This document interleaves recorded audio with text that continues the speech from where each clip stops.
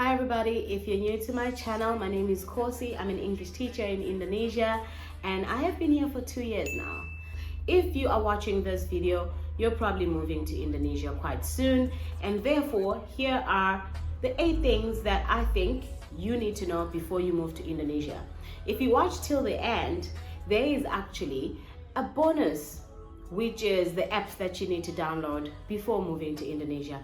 Unfortunately, some of them you can only access once you are in Indonesia. So this is just for you to prepare yourself, things that you know, good, bad, and the ugly. Okay, so do not forget to subscribe, like, and share. Also, please comment what you think. If you are already in Indonesia, what is your take? What are your views? And what do you wish you knew before you moved? Because there's quite a lot for me. Anyway, without further ado, let's jump right to it.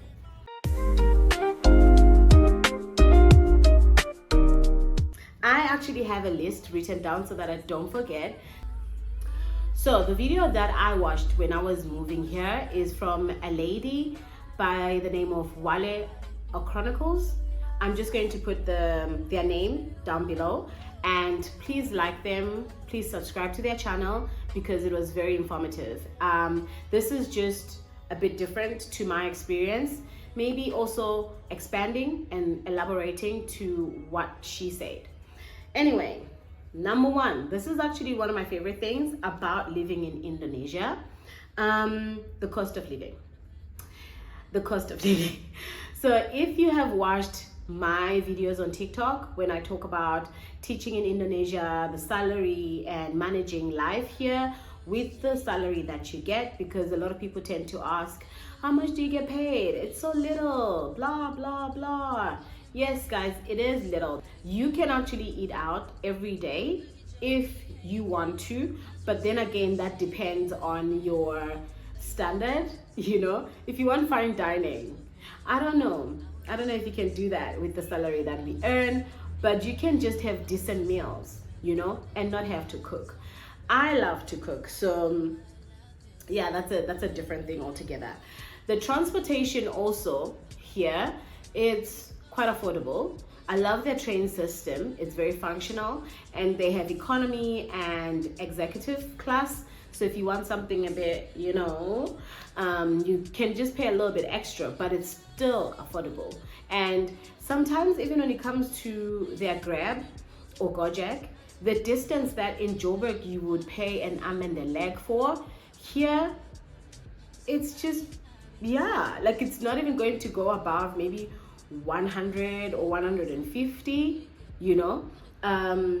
So yeah, cost of living, definitely I give it a 10 out of 10.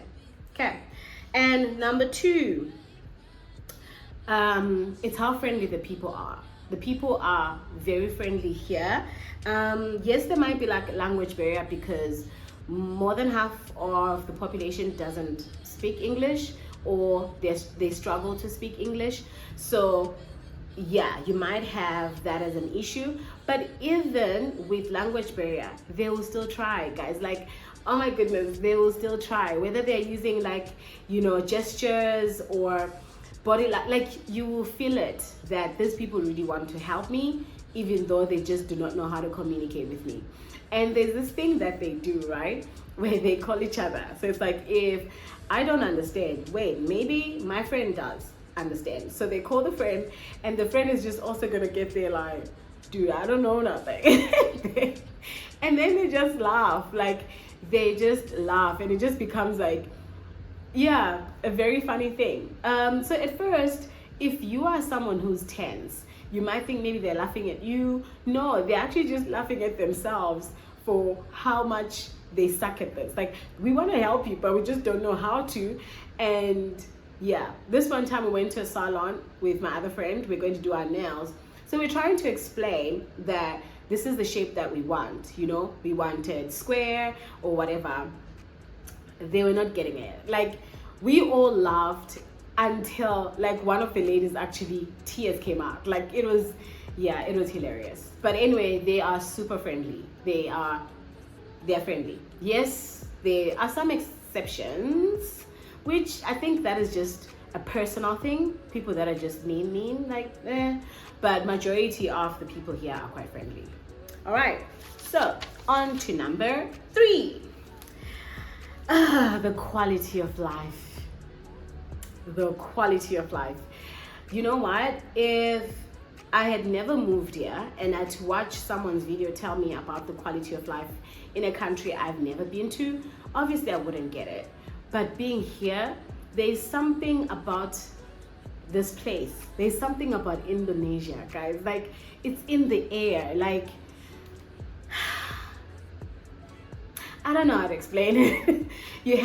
you have to be here to feel it. It's, you know how back in the day with other African countries, when there used to be like celebrations of the ancestors, and you dance for the rain, all those things. And I think maybe the vibrations that came from that is what made Africa a positive, or maybe still makes Africa a positive place to be. It's just our economy and our politicians, but that's a story for another day. Anyway, here in Indonesia, they still preserve their practices, their cultural practices. And I think maybe it's in that, like, there's so much positivity, there's so much positive vibration here in this country.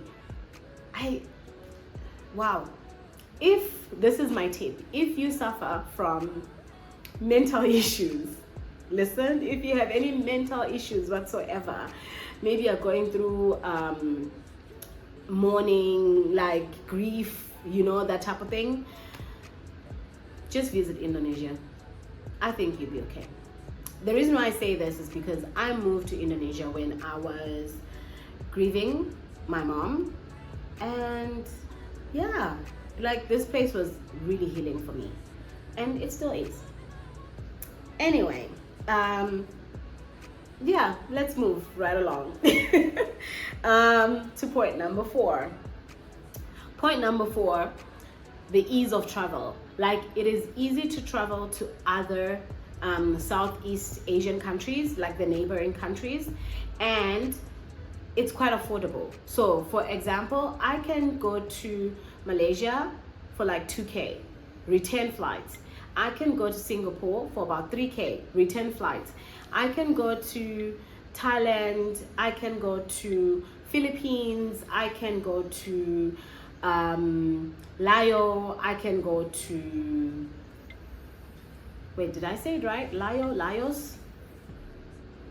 You know what? I'm not really sure of the pronunciation, but if you know, please let me know. And most of these countries that I mentioned, if you have a South African passport, you do not need a visa for them, right? And that is Malaysia, Singapore, the Philippines, Cambodia, Laos, but obviously you will need a visa for Vietnam. Yeah, you do need an e-visa for Vietnam. And another thing that I've also made that mistake myself. I think mainly because I have a work visa, so I've never really experienced it. There was a time when I actually had a whole debate with someone on social media, and I say to the person, you don't need a visa to come to Indonesia.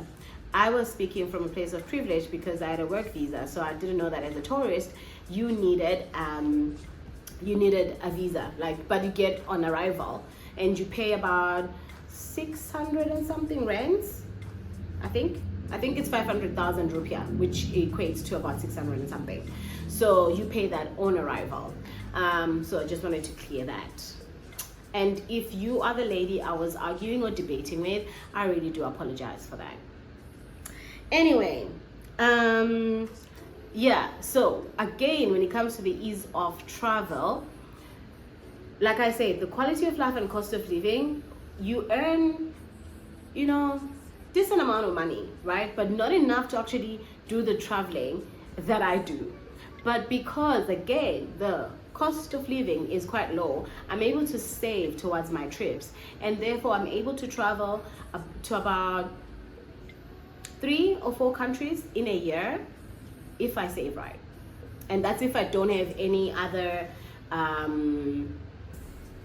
expenses, or what's the word?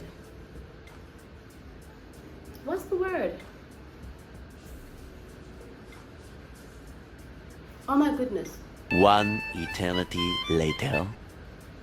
Okay, that's if you don't have any other prior obligations or priorities, apart from travel, that is. So with the salary that I earn here, I can do so much. Guys, I can do so much. Please check out my video on TikTok where I talk about that, like literally break down salary, expenses, what I'm left with, what I'm able to save. Yeah, that's it from me, guys. Please like, share, and subscribe. And you can ask any questions that you have. I will definitely get back to you, and see you when you get to Indonesia. Bye.